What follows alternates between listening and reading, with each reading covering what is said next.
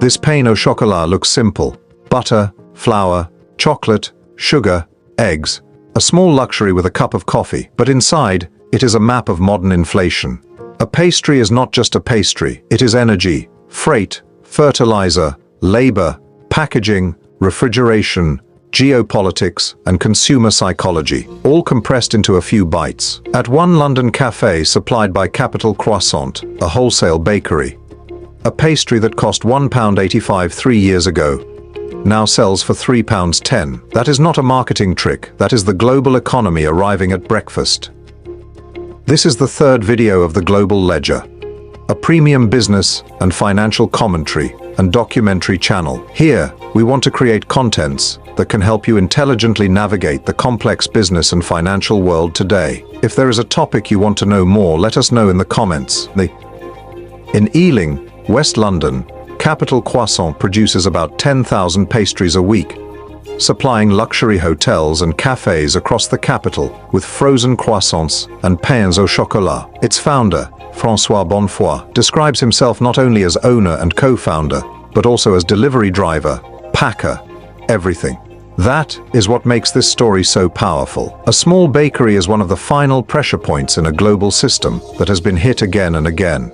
After the US and Israeli attack on Iran in late February, the closure of the Strait of Hormuz sent shocks across the world economy, raising costs for fuel, energy, fertilizers, and industrial inputs. Even if the strait reopens, the effects do not disappear overnight. In food supply chains, costs move slowly, but once they enter the system, they are hard to remove. Start with flour. It feels local. It is not. It depends on energy, farming costs, milling, packaging, freight, and the price of moving goods across borders. One supplier's cost to ship flour to Jeddah more than doubled, from $2,000 in 2025 to $5,000. That is how global freight quietly enters the price of bread. Dry bulk freight rates have risen 22% since the Iran war began. For a bakery, this does not look like a shipping index. It looks like more expensive flour. Then comes butter, the soul of viennoiserie. But butter is not just milk fat. It is feed, refrigeration, processing, transport, and cold chain energy. Capital Croissant keeps its site at a constant 14 degrees Celsius, so the butter stays workable. After baking, pastries are flash frozen, with a blast freezer chilling their core from 24 degrees Celsius to minus 40 degrees Celsius. Energy is not a side cost in this business. It is an ingredient. Without cold air, the dough fails. Without power, the product disappears. The chocolate inside the pastry begins far from London. Zoco sources cocoa from nearly 1 million trees in Nicaragua and Honduras, supplying bakeries and cafes in France and the UK. Even here, the Middle East matters. Zoco uses a nitrogen-based neutralizer to regulate water acidity and improve yields. War-driven nitrogen disruption can make that input harder to obtain. Cocoa prices crashed from nearly $13,000 a metric ton in 2024 to around $4,200. But lower commodity prices do not erase every other cost in the chain. Transportation costs for Zoco rose from about 25 cents per kilo before the war to around 30 cents. Small numbers, multiplied across supply chains, become real money. Then there is packaging, the invisible cost around the product. Cardboard manufacturing is energy and chemical intensive. Glass making is sensitive to gas prices. European road freight contract rates reached 140.1 index points in the first quarter of 2026, almost 9 points higher than the previous year, driven by fuel. Across the grocery supply chain, businesses are cutting complexity. Smaller product ranges, wider delivery windows, fewer expensive logistics promises. Even waste disposal carries the energy shock. Bonnefoy says his waste collection company added a 3% fuel surcharge, and he pays about £1,000 a month for waste disposal. Labor is another pressure point. When workers face a higher cost of living, wages must eventually respond. Inflation feeds into labor costs, and labor costs feed back into prices. This is the small business squeeze. The owner cannot control oil markets, fertilizer chemistry, freight rates, or geopolitics. But every one of them lands on his desk. The cruel truth about food inflation is that prices rise faster than they fall. Once costs pass through contracts, menus, wages, and expectations, they become sticky. Food manufacturers often work with long-term contracts. That means a spike today may take months, sometimes close to a year, to fully appear in consumer prices. By the time the consumer sees the price, the cost has already been baked into the product, literally and financially.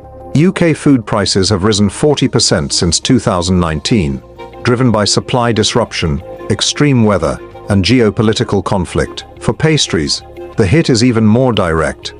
Sugar, eggs, and chocolate, all key ingredients, have each risen by at least 60%. This is the second major conflict to hit global food economics this decade. The first was Russia's full-scale invasion of Ukraine in 2022, which struck when the world was already emerging from pandemic inflation. The new spike from Middle East may not be as extreme as 2022, but the cumulative pressure is what matters. Households have endured multiple years of rising prices with little relief. At Homestead Café in Beckenham Place Park, Capital Croissants pastries reach the final consumer. The cafe sells about 400 croissants a week. It is a healthy business, but even healthy businesses have price ceilings. Founder Lewin Chalkley says he cannot imagine charging much more than £3.10 for the size of pastry he sells. At some point, the customer pushes back. Certain prices live in people's heads. A pint of beer, a cappuccino, a morning pastry. When those prices move too far, consumers notice. This is the margin trap. The supplier raises prices because costs are rising. The cafe cannot fully pass them on. The consumer cannot absorb much more. Bonfoy, founder of Capital Croissant, put it plainly. They did not expect rising energy costs and the wider consequences of war. And all of his customers are suffering too. After more than 3 decades in global markets, we have learned that inflation rarely announces itself from a stock market trading floor. Often, it arrives on a plate.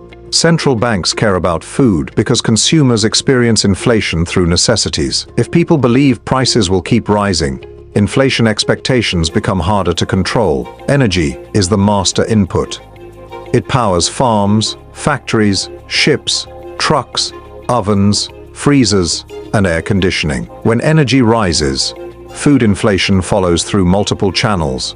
That is the uncomfortable truth. A geopolitical shock thousands of miles away can become a higher pastry price in a London park. Consumers often ask, if one commodity price falls, why does the final product not get cheaper? Because the final product is not one commodity, it is a system.